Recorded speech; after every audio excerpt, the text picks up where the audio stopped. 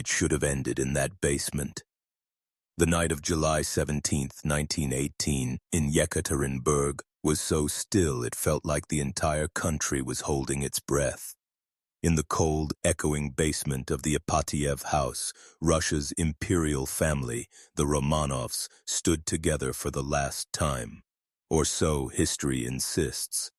Tsar Nicholas II, stripped of his throne and dignity, tried to comfort his trembling daughters. Alexandra, pale and stubborn in her belief that everything would soon be all right, held her son Alexei's hand. The girls wore hidden jewels sewn into their corsets. Protection, they thought, not armor, not enough. Then the doors burst open. Men stormed in. Orders barked. Bullets sprayed. The Romanov line, the family that ruled Russia for over 300 years, was declared extinct within minutes. 11 people, butchered in chaos. Or, so we were told. But what if the Romanovs' bloodline didn't end there? What if one of the daughters, perhaps Anastasia or even Maria, escaped that room, carried away by loyalists, hidden from Lenin's executioners, raised in shadows far from the crumbling empire? What if there are Romanovs among us still? It sounds like the desperate fantasy of monarchists, a bedtime story for believers, a distraction from cold, confirmed death. But something never quite settled. The official story had gaps. The bodies were missing for decades. The Soviets denied the truth, buried it under cement and silence. And when the bones were found, decades later, 2 were missing. 2. Even science couldn't close the case completely. DNA tests raised more questions than answers.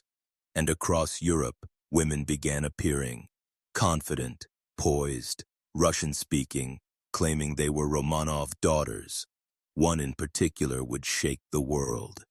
But before we get there, let's go back to the root of it all. Because the curse of the Romanovs didn't begin in that basement. It began long before, centuries earlier, when a throne was taken by blood and held by secrets. And perhaps that curse is why the line refused to die. Long before bullets echoed in that basement, the Romanov dynasty was already soaked in superstition. The year was 1613 when Mikhail Romanov, barely 16, was crowned Tsar. Russia was in chaos, ravaged by war, famine, and pretenders clawing for the throne. The Romanovs were seen as saviors, chosen by divine fate. But the truth was colder. They were chosen because they were young, weak, and controllable, perfect puppets for the powerful boyars. Mikhail didn't realize it then, but he had inherited more than a throne. He had inherited a legacy of blood. Some said the land itself had cursed the Romanovs. Others whispered that it was the price of the crown, because every Romanov who wore it would pay, eventually, in death. The early czars ruled with an iron fist, but their reigns were filled with betrayals, poisonings, disappearances. Even among their own family, trust was rare. Peter the Great had his own son tortured and executed. Catherine the Great may have orchestrated the death of her own husband to seize power. It wasn't ambition, it was survival. That's how things were in the Romanov world. Family meant loyalty, until it didn't. By the 19th century, the dynasty was unshakable in appearance, but rotten at the core. The line was plagued by mental illness, whispers of inbreeding, and more than one mysterious death that was swept under the rug. Heirs died young. Empresses went mad. Every generation seemed marked. The Russian Orthodox Church quietly referred to it as the Chain of Sorrows. And then, in 1904, a boy was born, Alexei Nikolaevich, the long-awaited son of Nicholas II. The celebration across Russia was immense. The heir had finally arrived. But joy turned to fear within months. Alexei had hemophilia, a rare blood disorder, almost certainly inherited from Queen Victoria's bloodline, another cursed dynasty. A simple cut could kill him. Nicholas and Alexandra were devastated. They saw it not just as a tragedy, but as punishment. Proof the curse was real. Desperate, Alexandra turned to mystics, the most infamous being Grigory Rasputin, a wandering Siberian monk with piercing eyes and an unnatural pull over the sick boy's pain. Rasputin promised healing, but he brought chaos, scandal, doubt, and ultimately the end, but not quite. Because even as the empire crumbled, even as revolution burned through Russia, there were those who whispered, the bloodline cannot die, not until the curse is complete. By 1917, the Romanovs were no longer rulers, they were prisoners. Tsar Nicholas II, forced to abdicate, signed away 300 years of monarchy with a shaking hand and hollow eyes. His country, torn apart by war and revolution, no longer wanted emperors. It wanted justice, revenge, or maybe just blood. The Romanovs were moved from palace to palace like ghosts, fading from the public eye. Eventually they were locked away in the Ipatiev house, a 2-story building in the remote city of Yekaterinburg. The Bolsheviks called it the House of Special Purpose, but to the locals, it had another name, the House of Death. Inside, Nicholas tried to maintain routine. Alexandra prayed obsessively. The children, Olga, Tatiana, Maria, Anastasia, and Alexei, wrote in diaries, sewed and played quietly. But they could feel it, the walls closing in, the guards growing crueler by the day. There were no more royal titles, just silence, illness, and suspicion. The youngest, Alexei, grew weaker. His hemophilia caused constant pain. The girls, once dressed in gowns and jewels, now wore threadbare dresses. Their corsets, however, remained stiff. No one questioned why. Outside, the Bolsheviks debated what to do. Lenin knew that leaving the Romanovs alive was dangerous. They were symbols, beacons for monarchists and foreign powers, so a quiet order was signed. Execute them all. But even among the executioners, there was hesitation. These weren't warriors. These were children, sick, frightened, innocent. On the night of the killing, the family was told they were being moved for safety. A photograph would be taken. They should all come to the basement. They lined up like they were told. Nicholas held Alexei, and then gunfire. It didn't go as planned. The bullets ricocheted off the daughters' corsets. The executioners hadn't known about the hidden diamonds and rubies, sewn into the fabric as a last, desperate escape plan. It acted like armor. Some of the girls screamed.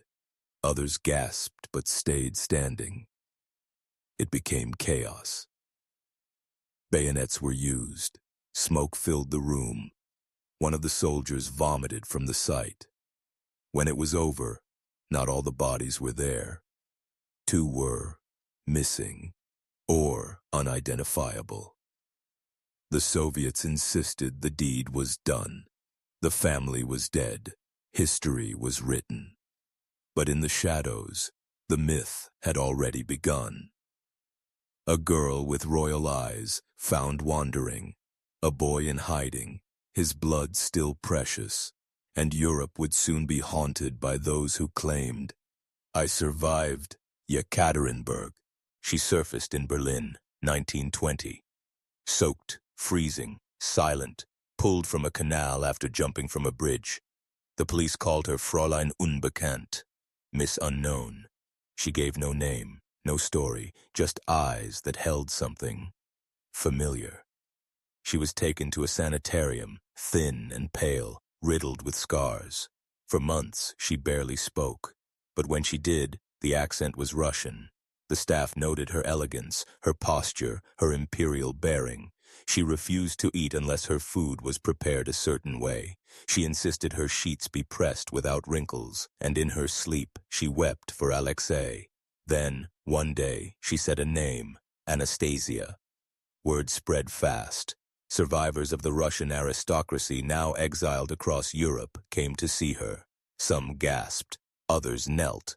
One former tutor of the Romanovs burst into tears and claimed it was her, Grand Duchess Anastasia Nikolaevna, the Tsar's youngest daughter. Not everyone believed it. Some called her a fraud, an opportunist, but others swore she knew details only a Romanov could know. The nicknames they used for each other, the way Rasputin smelled, the secret compartments in their winter palace. She called herself Anna Anderson, but said it was just a name to survive with. Governments dismissed her. Scientists were skeptical. But believers formed around her like a court reborn in exile. Old nobles, desperate for a fragment of the past, pledged their support. They gave her gifts, a small home, legal representation. She spent decades fighting to be recognized as Anastasia Romanov. Court case after court case, endless scrutiny. Paparazzi chased her. Journalists hounded her. She never backed down, but she never proved it either. Then, as the Cold War ended and Soviet secrets spilled, 2 shallow graves were discovered in the Russian woods. Inside, the bones of Nicholas, Alexandra, and 3 daughters, not 5. Not Alexei, not Anastasia. Anna Anderson had already died by then, in 1984. Her remains were cremated, scattered. No DNA could be tested, at least not hers. But the story didn't end. Because years later, scientists tested DNA from surviving Romanov relatives and compared it to the bones. They claimed the remains were authentic, that the whole family was accounted for, just buried in 2 separate locations. But even that raised more questions.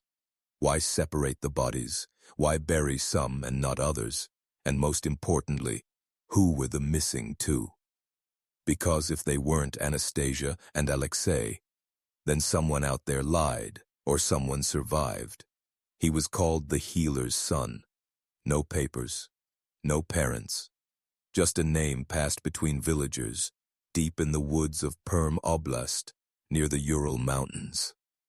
A boy who limped when he walked, who bruised too easily, who bled and didn't stop.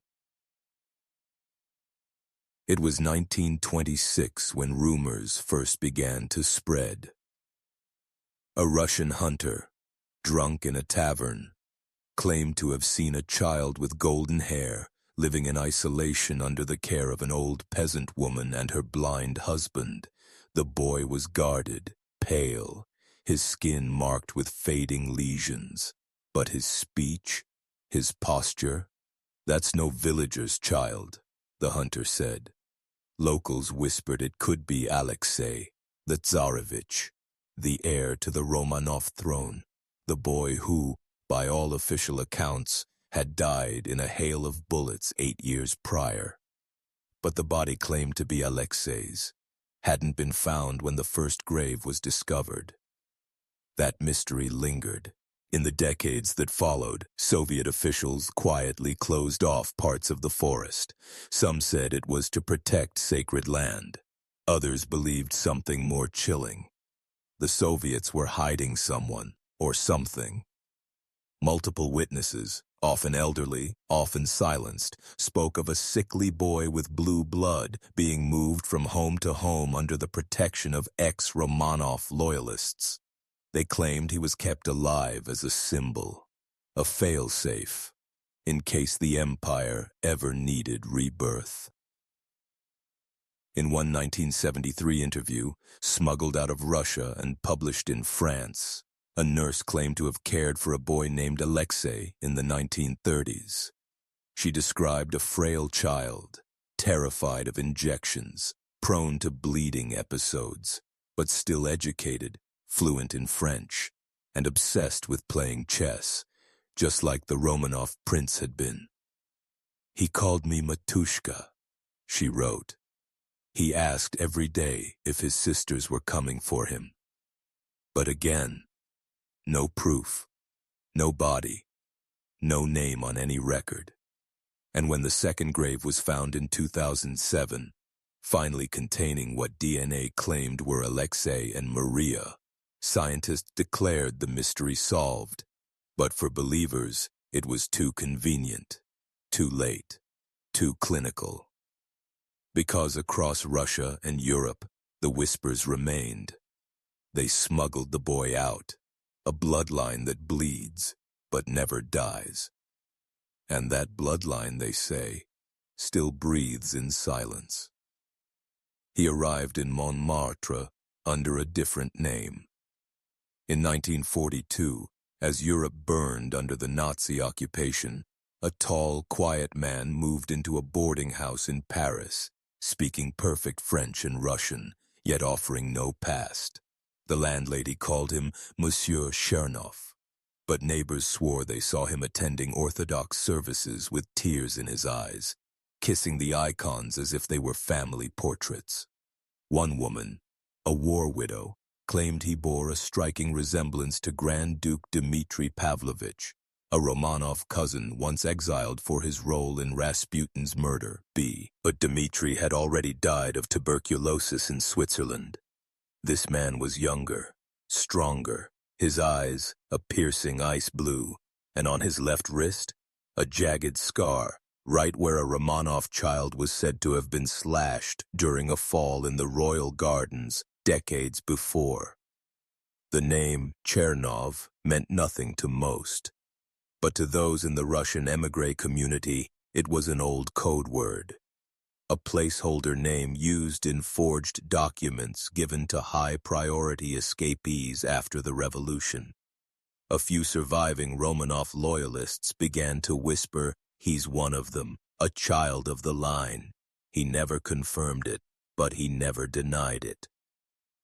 Over the years, Monsieur Chernov was spotted meeting discreetly with exiled Russian nobles, many of whom had been thought to sever all ties to the monarchy. He never allowed photographs. When asked about his family, he simply said, "They are buried in time." And when he died in 1965, his funeral was unlike any Montmartre had ever seen. An unmarked coffin, a choir singing hymns once exclusive to the Russian court, and, most haunting of all, an envelope placed on his chest before burial. It bore the Romanov crest, sealed in wax. No one ever opened it. His grave was unmarked, by design, but years later, when a local historian attempted to exhume the body for genetic testing, the casket was empty. No remains. No trace. Only a rumor, recorded in a single page of a 1970 diary found in a nearby church. The Tsar's blood still walks among us. The line bends, but does not break. And it wouldn't be the last time someone claimed to be royalty reborn. Not in Europe, not in South America, not even in the United States. Because after Paris, the legend of the living Romanovs only grew louder. In 1991, the Cold War had ended, the Iron Curtain had fallen, and with it came a flood of long-buried secrets. But none shocked the American press more than the woman from St. Augustine, Florida, who stood in front of cameras and said, with unnerving calm, "My great-grandmother was Anastasia Romanov, and I can prove it." Her name was Claire Devereaux, a quiet, middle-aged antique dealer with no apparent motive. She wasn't wealthy, she wasn't chasing fame, but she had a box, an heirloom passed down by her grandmother, who she claimed had fled Europe in the 1920s, raised under the name Nina Ivanovna. Inside the box were items no one could explain. A locket containing a photograph of Alexei, cracked down the middle. A child's handwritten note addressed to Mama in impeccable Russian cursive. A strand of hair tied with royal ribbon, the color used only for imperial children.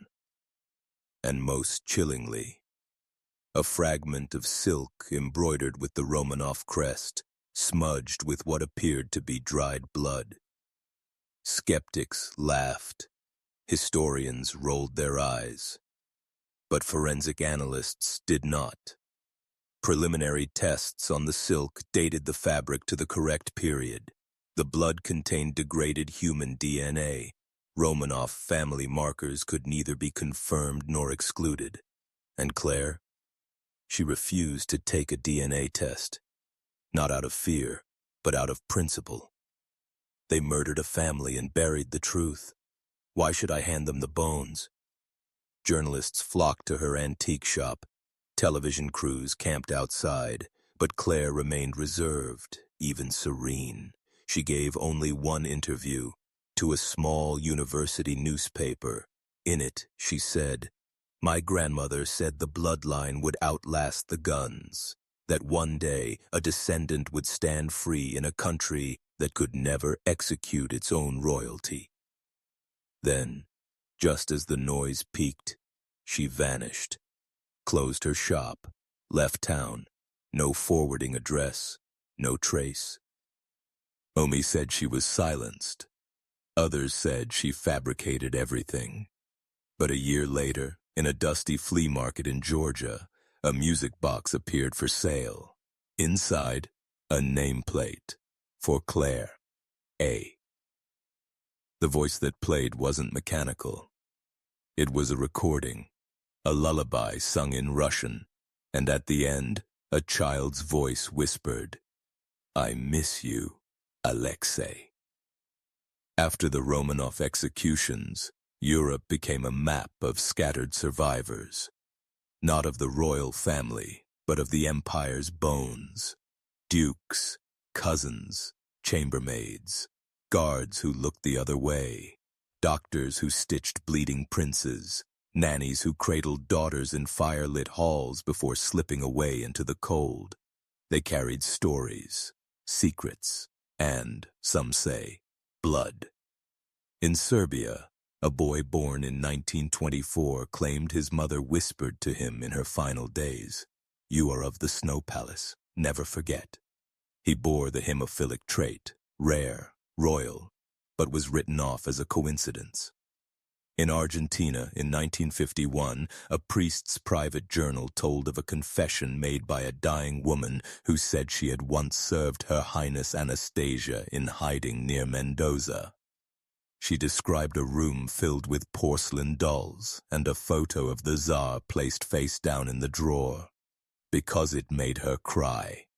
And in London, at a gathering of exiled Russian nobility in the 1970s, an elderly baroness reportedly fainted after meeting a young man from Romania.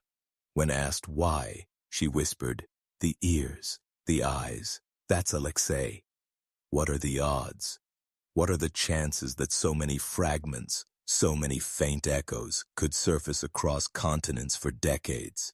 Some say it was mass delusion, the trauma of an empire shattered overnight. Others insist it was by design, because the Romanov family tree was massive, intermarried with European royalty, scattered across the continent.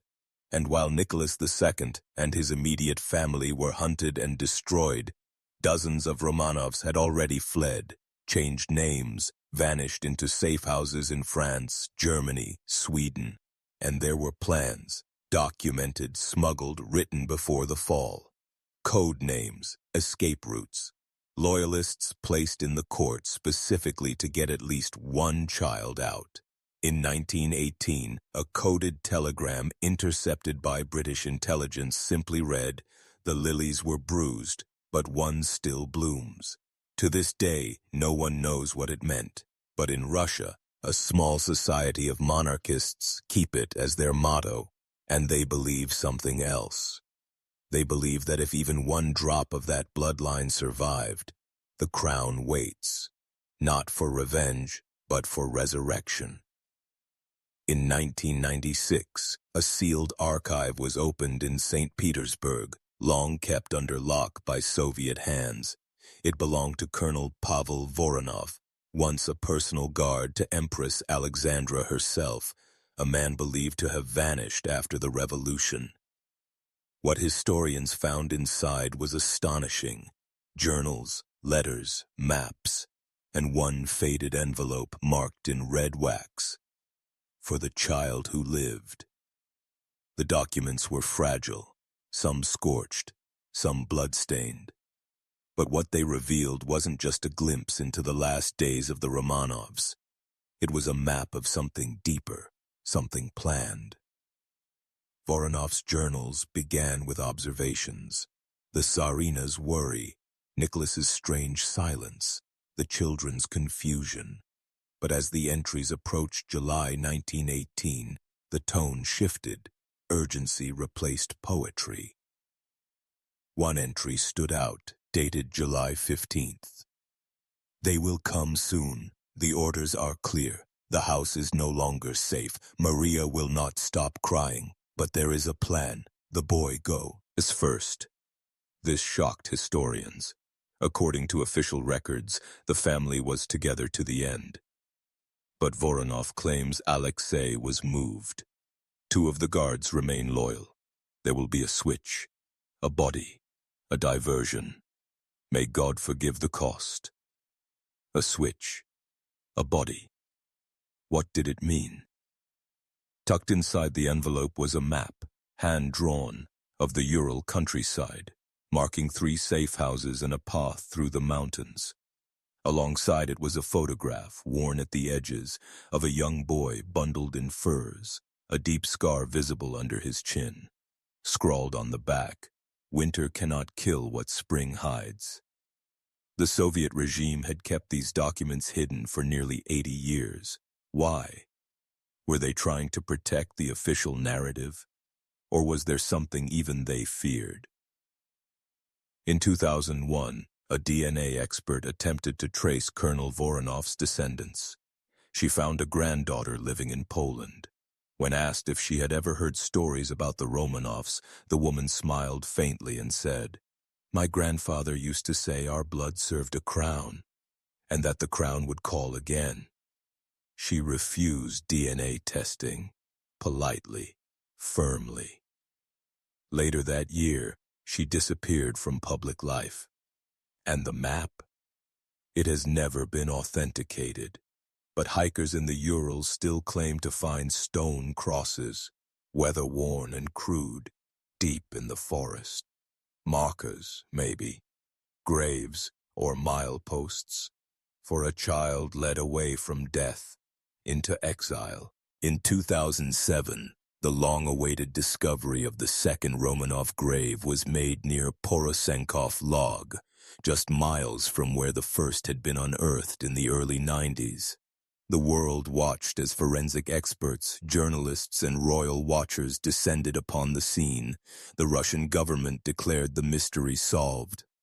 Inside the grave, there were 2 bodies.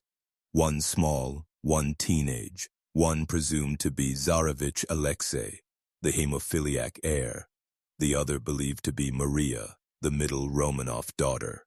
They said, "Now we have them all." But beneath the headlines, the truth wasn't so tidy, because one of the bodies didn't match. The teenage skeleton, believed to be Maria, was several inches taller than she should have been, with unusual bone density. Early analysis found inconsistent dental records and scarring on the hands, not from aristocratic living but from manual labor. Worse still, the skull showed signs of an old break never reported in any Romanov child's medical history. So if that wasn't Maria, who was buried next to Alexei? The Russian government refused to answer. Within weeks, the results were sealed. DNA testing was declared inconclusive and quietly shelved. The church was told to prepare for a state funeral. The public, eager for closure, moved on. But privately, dissent festered. One British anthropologist leaked fragments of her field notes to a university in Prague. In them, she described something chilling. The smaller skeleton, assumed to be Alexei's, showed post-mortem bone cuts inconsistent with gunfire, more like ritual dismemberment. Was it punishment? Was it fear? Or was it symbolic? Because across several monarchic traditions, to kill an heir spiritually, not just physically, required mutilation, a severing of legacy. So again, the question rose, were these even the right bodies? And if not, why was the world so eager to bury them? In 2008, a whistleblower from the Russian Orthodox Church confessed anonymously that during the preparation of the funeral, a second coffin was brought in under strict secrecy, one that was never opened publicly. It was empty, he said. It was meant for the one who walks unseen, and in Romanov burial tradition, an empty coffin is not disgrace. It is invitation for the dead to return home when the time is right.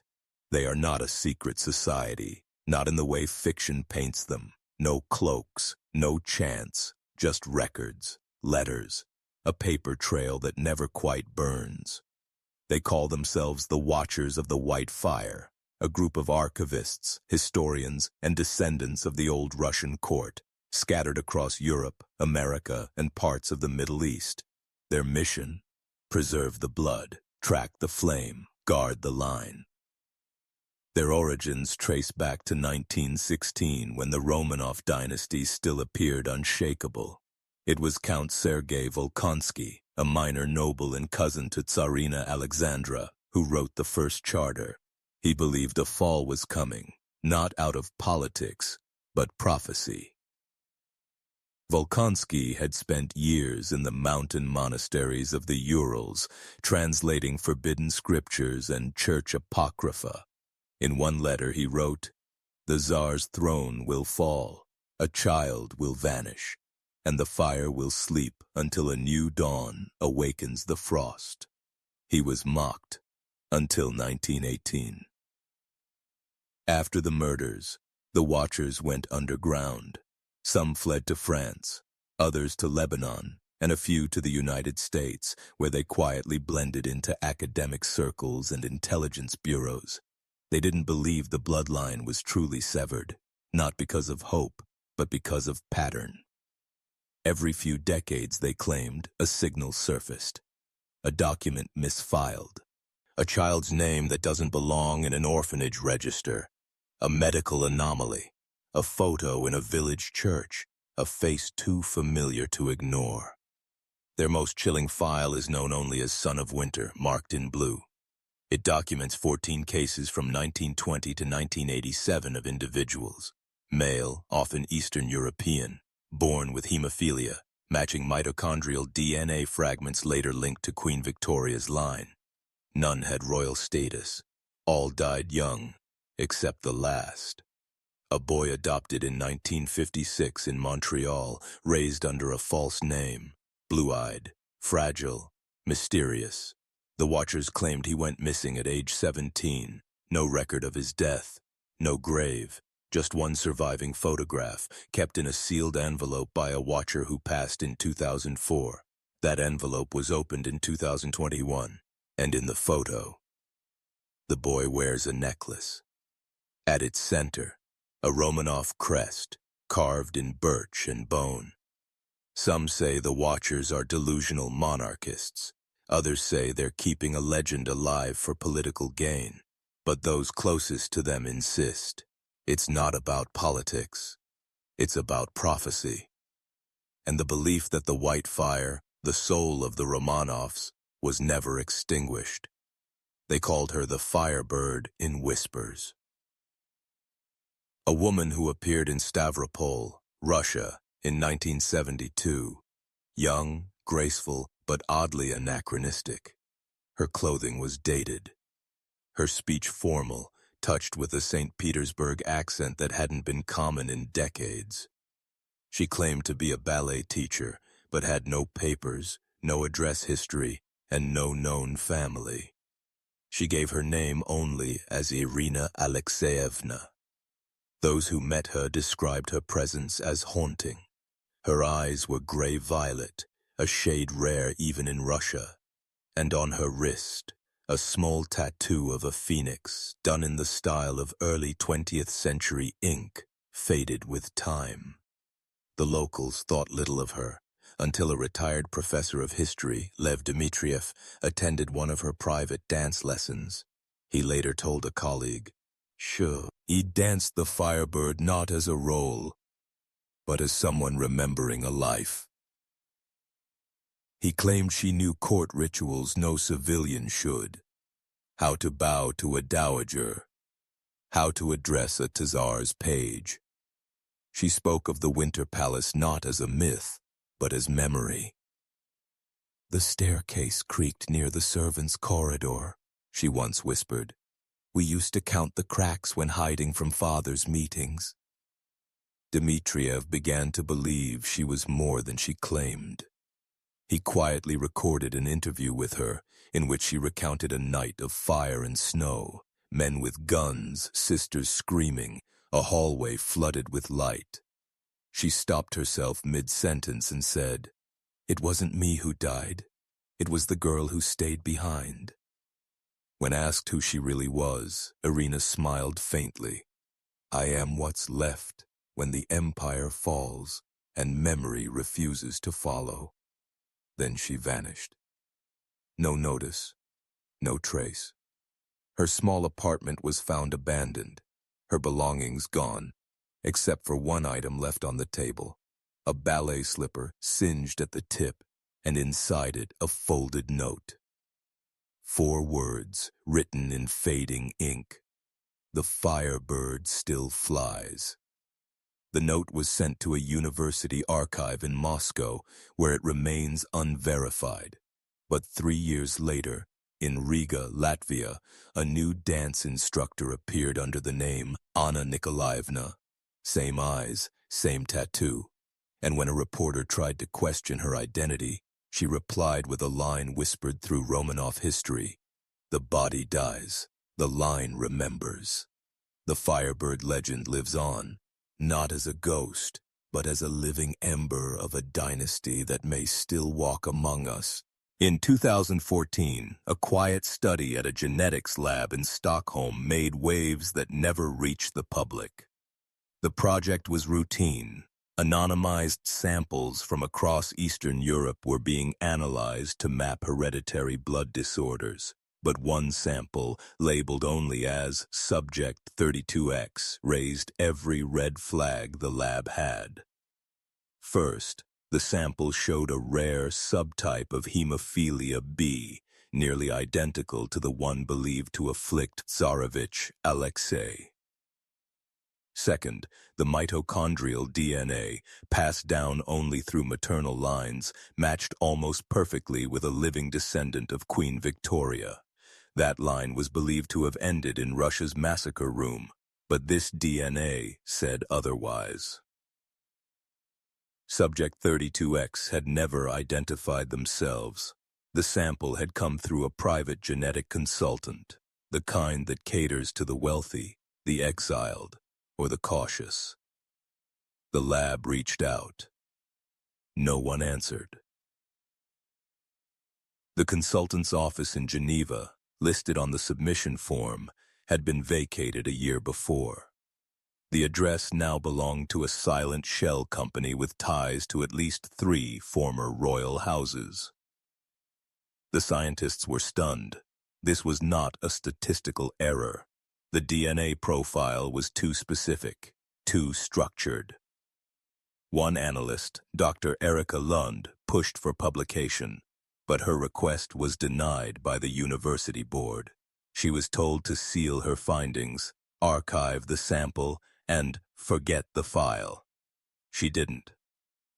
Dr. Lund secretly shared her report with a historian friend at Uppsala University who recognized the implications immediately. He cross-referenced the sequence with previously released Romanov DNA from the 1990s and found something chilling. Subject 32X shares a 99.6% mtDNA match with Empress Alexandra Feodorovna. That shouldn't be possible, unless Alexandra had another child, one hidden, or one who survived. Within 6 months, Lund was removed from the project. Her credentials remained, but she stopped responding to Kaukau leagues. Her home was found emptied of personal effects. No forwarding address, no resignation, just gone. But before she disappeared, she sent one final encrypted message to her friend. It read, "The house is asleep, but not dead. They walk in shadows, watched by silence, bound by blood." The friend, fearing retribution, buried the message in an academic blog under the title, "Unverified Lineages in European Royalty."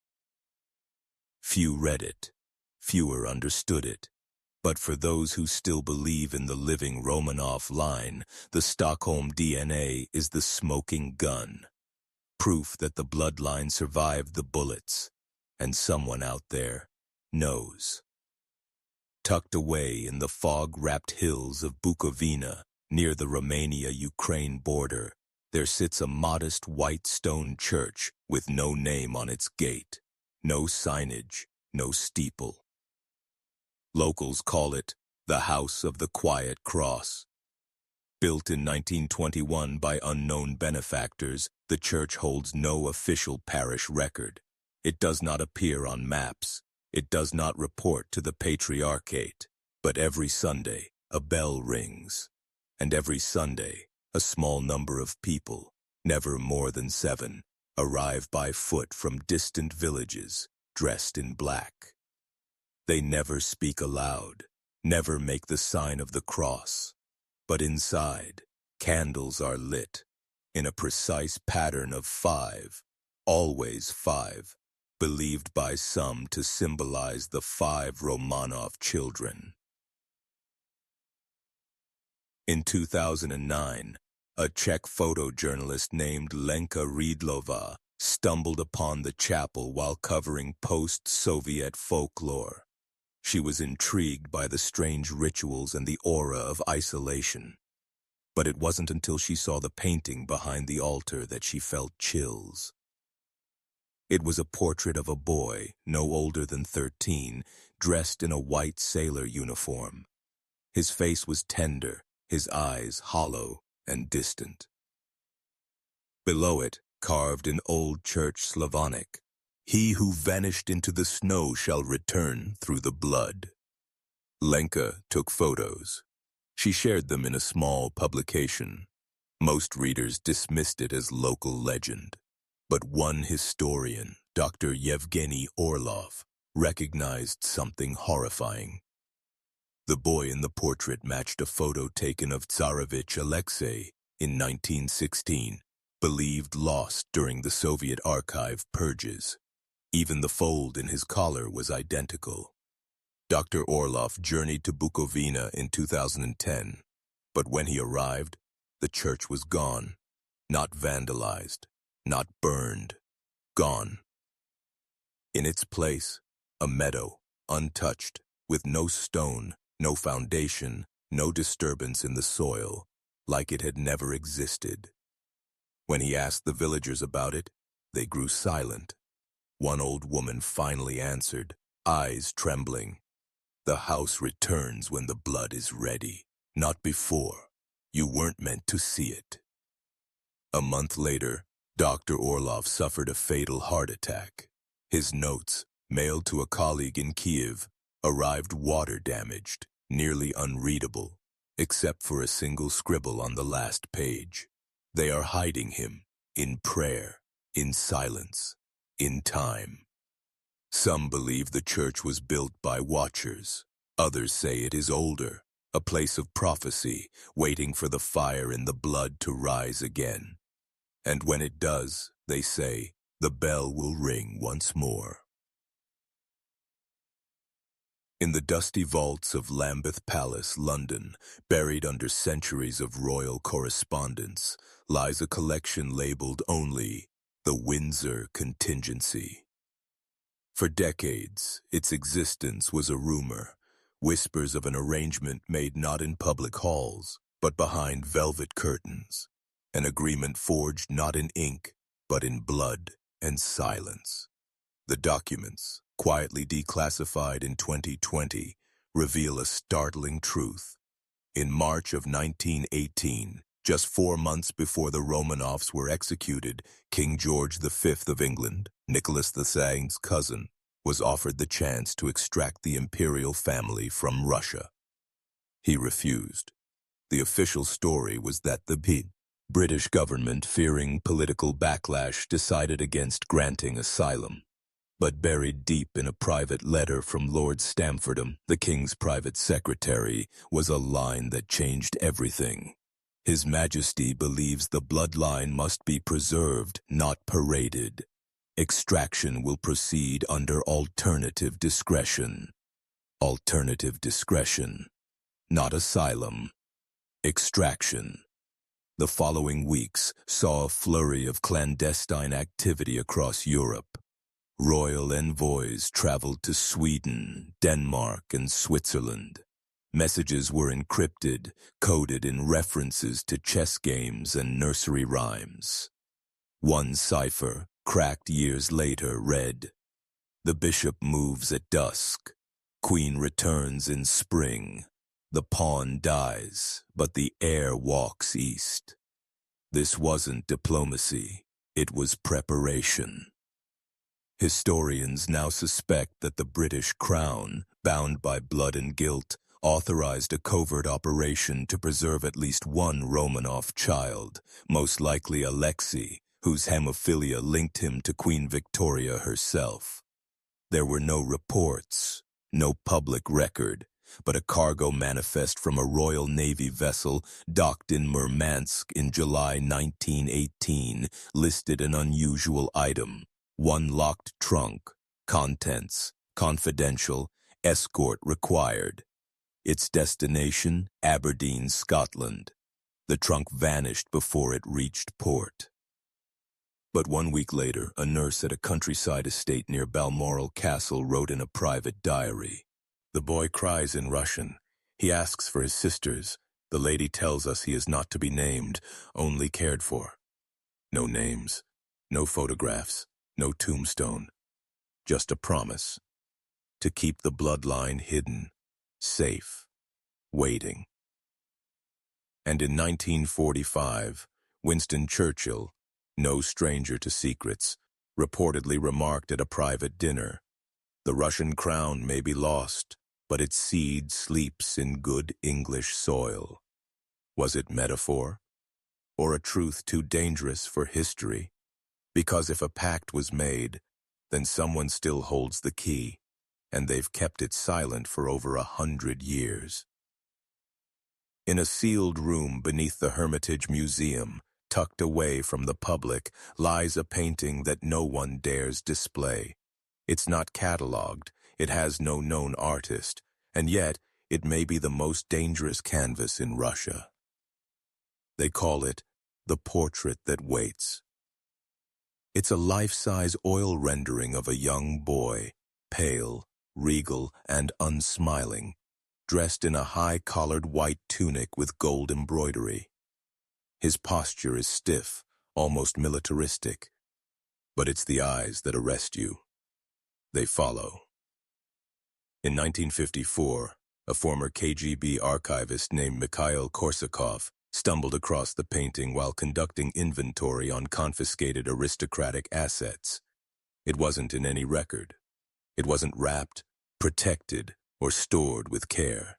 It stood upright in a forgotten corner, gathering dust, as if waiting to be seen. Mikhail thought he recognized the boy. He cross-referenced with pre-revolution photographs. It was Tsarevich Alexei. But the problem was, the boy in the painting looked older than any known photograph. Older than 13. He appeared to be around 17, maybe 18, his face thinner, more defined, his eyes darker, wiser. Impossible. Mikhail brought in a forensic painter. The expert confirmed the painting was not a fabrication nor a posthumous idealization. The brushwork, materials, and style dated it to circa 1923 to 1925, years after the Romanov family was executed. But the paint had not cracked. The canvas had not aged, as if, somehow, time refused to touch it. Korsakov pushed for further analysis, but his requests triggered alarms within the Ministry of Culture. Within days, the painting was locked away. Korsakov was reassigned to an obscure post in Vladivostok. His family later reported that he spoke of the portrait in whispers, calling it the face of the one they couldn't kill. In 1996, during a temporary Hermitage shutdown, the painting was quietly moved to a subterranean vault shielded from light and air. Museum staff were instructed never to reference it, never to list it. But a leak occurred in 2007.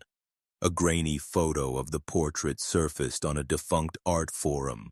It was only online for 2 hours before it was wiped, but not before someone saved it, and compared it to a photo of a man in Argentina living under the name Nikolai Volkov, who bore a chilling resemblance. Same cheekbones, same eyes, same birthmark. Nikolai died in 1982. He claimed to be nobody. But after his death, neighbors discovered a trunk beneath his bed. Inside it, a single lock of red blonde hair, a broken imperial signet ring, and a water-stained note in Russian. They painted me older because I never stopped being watched. In the winter of 1972, a quiet librarian named Irina Dolgorukova was found dead in her flat in St. Petersburg. The scene was ruled a suicide, gas leak, accidental ignition, the usual Soviet shorthand for inconvenient deaths.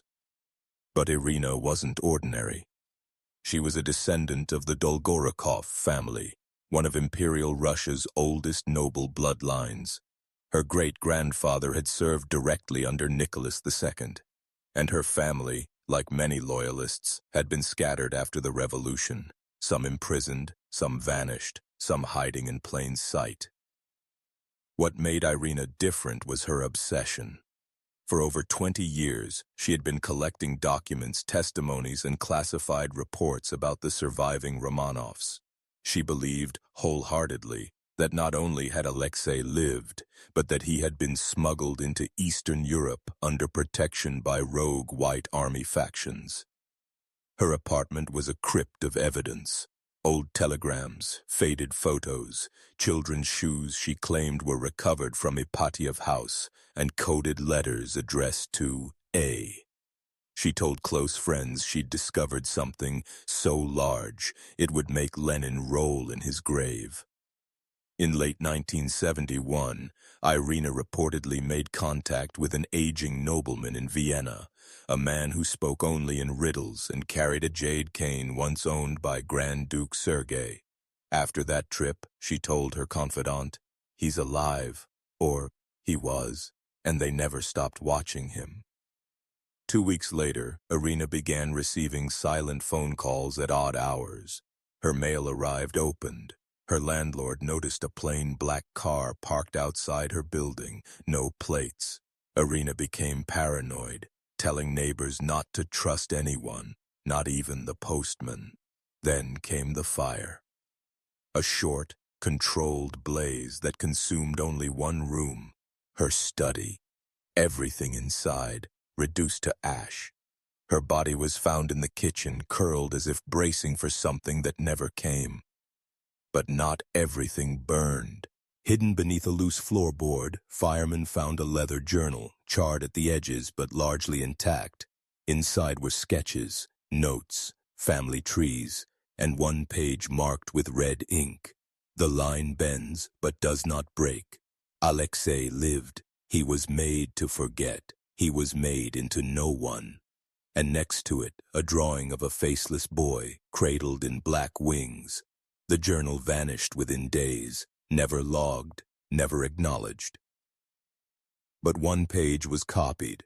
A student archivist secretly scanned it and posted it anonymously on an old Slavic mythology forum. It ended with a single line: "They killed the crown, not the blood."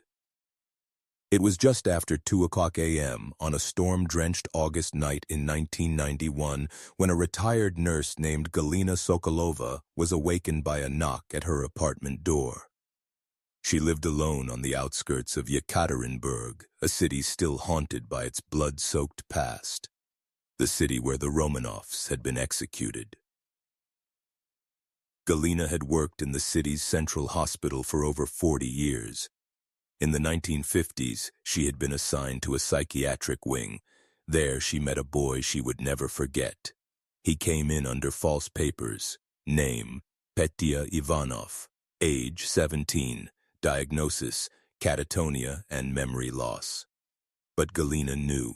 She knew from the way he spoke in fragments of French, from the way he traced Orthodox prayers on his bed sheets, from the way he wept silently at the sound of church bells, and most of all, from the hemophilia. She treated it herself, illegally, with smuggled plasma and bleeding control agents. No file was ever created. No one was allowed to see him. He stayed for 9 months, then vanished. No records, no transfer. Galina never told anyone. Until that knock. She opened the door to find a man in a long black coat, clean-shaven, with eyes like chipped granite. He held no identification, but he spoke her full name, knew the names of her children, her late husband, even her dog's name, from 1964. He handed her a small velvet box and said only, "You were merciful." He remembered. He wanted you to have this. Then he left. Inside the box was a tarnished gold cufflink engraved with the double-headed Romanov eagle and a lock of red blonde hair bound in silk thread. Galina wept. She knew the boy hadn't been Petya. He had been Alexei. She wrote it all down in a letter to her niece in Moscow. But before the letter arrived, Galina was struck by a car on a quiet road with no streetlights. The driver was never found. The letter was intercepted by state censors, but a copy was leaked by a sympathetic postal worker. The letter ended. His eyes were not of madness but of memory. He remembered his name. They taught him to forget, but the blood spoke louder. I saw the Tsar's son, and he forgave me. And under her signature, in trembling script, "Tell them the blood still lives. Tell them Yekaterinburg was not the end." In 1998, amid global pressure and a shifting post-Soviet identity, the Russian government announced that the remains of Nicholas II, Empress Alexandra, and 3 of their children, Olga, Tatiana, and Anastasia, had been positively identified and would receive a formal burial in St. Petersburg. It was a global moment of closure, or so the public was told. But behind the cameras, in the sterile corridors of the Russian State Forensics Bureau, the mood was anything but certain. According to Dr. Tsarevich Alexei, a geneticist involved in the identification process, the results were inconvenient. He later told a journalist, off the record, that while the mitochondrial DNA matched the maternal line of Queen Victoria, several markers in the male remains didn't align with what was expected of Tsarevich Alexei's genetic profile. The hemophilia mutation wasn't there, he said, or rather, it was partially present, as if someone had tried to edit a ghost. Requests for a second round of testing were denied. The remains were ordered to be buried immediately under the presence of state and church leaders. But here's where it gets darker. In 2007, 2 additional skeletons were uncovered in a forest pit near Pig's Meadow, long suspected to be the Romanovs' execution site. Authorities claimed they belonged to Maria and Alexei, finally accounting for all 7 family members. Once again, DNA tests were conducted, and once again, results were sealed. But an anonymous whistleblower on the forensic team left behind a note, found taped beneath a lab drawer. The boy in this grave is not the same boy from the first remains. There are too many discrepancies. Height, bone density, dental history. One had a knee surgery scar, the other did not. This led to a chilling question no one wanted to answer. If 2 different boys were tested, who was the real Alexei? And more terrifyingly, where is the one who wasn't in either grave? Dr. Alexeyev disappeared in 2010 after requesting asylum in Switzerland. He never arrived. His last email to a colleague read, "The state wants peace, but truth does not rest. The Tsarevich's blood is not in the dirt, it's walking." And that colleague, a Swedish historian, added this in his private notebook. They buried someone, twice, but the real boy was buried in memory, not in ground. In 2022, deep within the archives of a private estate in Baden-Württemberg, Germany, a handwritten letter surfaced. It had been hidden in the false bottom of a locked writing desk, untouched since 1978. The desk once belonged to Count Friedrich von Hohenzollern, a minor aristocrat with no children, officially. But the letter was not addressed to any noble.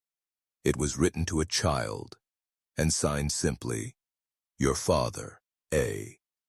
The contents were brief, elegant, careful, painfully human. The writer spoke of a childhood lost in fire, of nights spent hiding beneath false names, of long train rides to nowhere. He spoke of men who swore oaths to a crown already burning, and of a secret they died to protect. But it was the closing paragraph that tore at the world beneath history. They took my name, not my breath. They took my face, but not the voice inside me. I was never meant to live, but I did, and from me you came. You are not royalty, you are not myth, you are memory made flesh, and when they say we ended in that basement, you will know that is a lie carved in stone. Attached to the letter was a silver locket, containing a faded photo of Alexei Nikolaevich at age 12, and a more recent photo, date unknown, of a man in his 30s, standing near the Ural Mountains, looking straight at the camera with cold, intelligent eyes. The jawline, the posture, the eyes. Too similar, too perfect, too real. DNA from a hair inside the locket was analyzed by a private lab in Prague. The results were never published, but one scientist, under anonymity, claimed that mitochondrial DNA matched both the known royal line and an unidentified donor child in France born in 1951. A boy adopted from Argentina. Today, that child would be 74 years old. He has never been located. The records are gone. The trail ends at a locked church ledger burned during Argentina's dirty war. But the legend persists in whispers, in journals, in blood memory. Some say the Romanovs are gone. Others say their bloodline was cursed. But a few, a very few, believe that one child survived, became no one, and lived long enough to become everyone. Because in the cracks of history, beneath the official graves, and between the falsified reports, a lineage has kept breathing, quietly, invisibly, defiantly. And the truth, like the blood itself, refuses to die.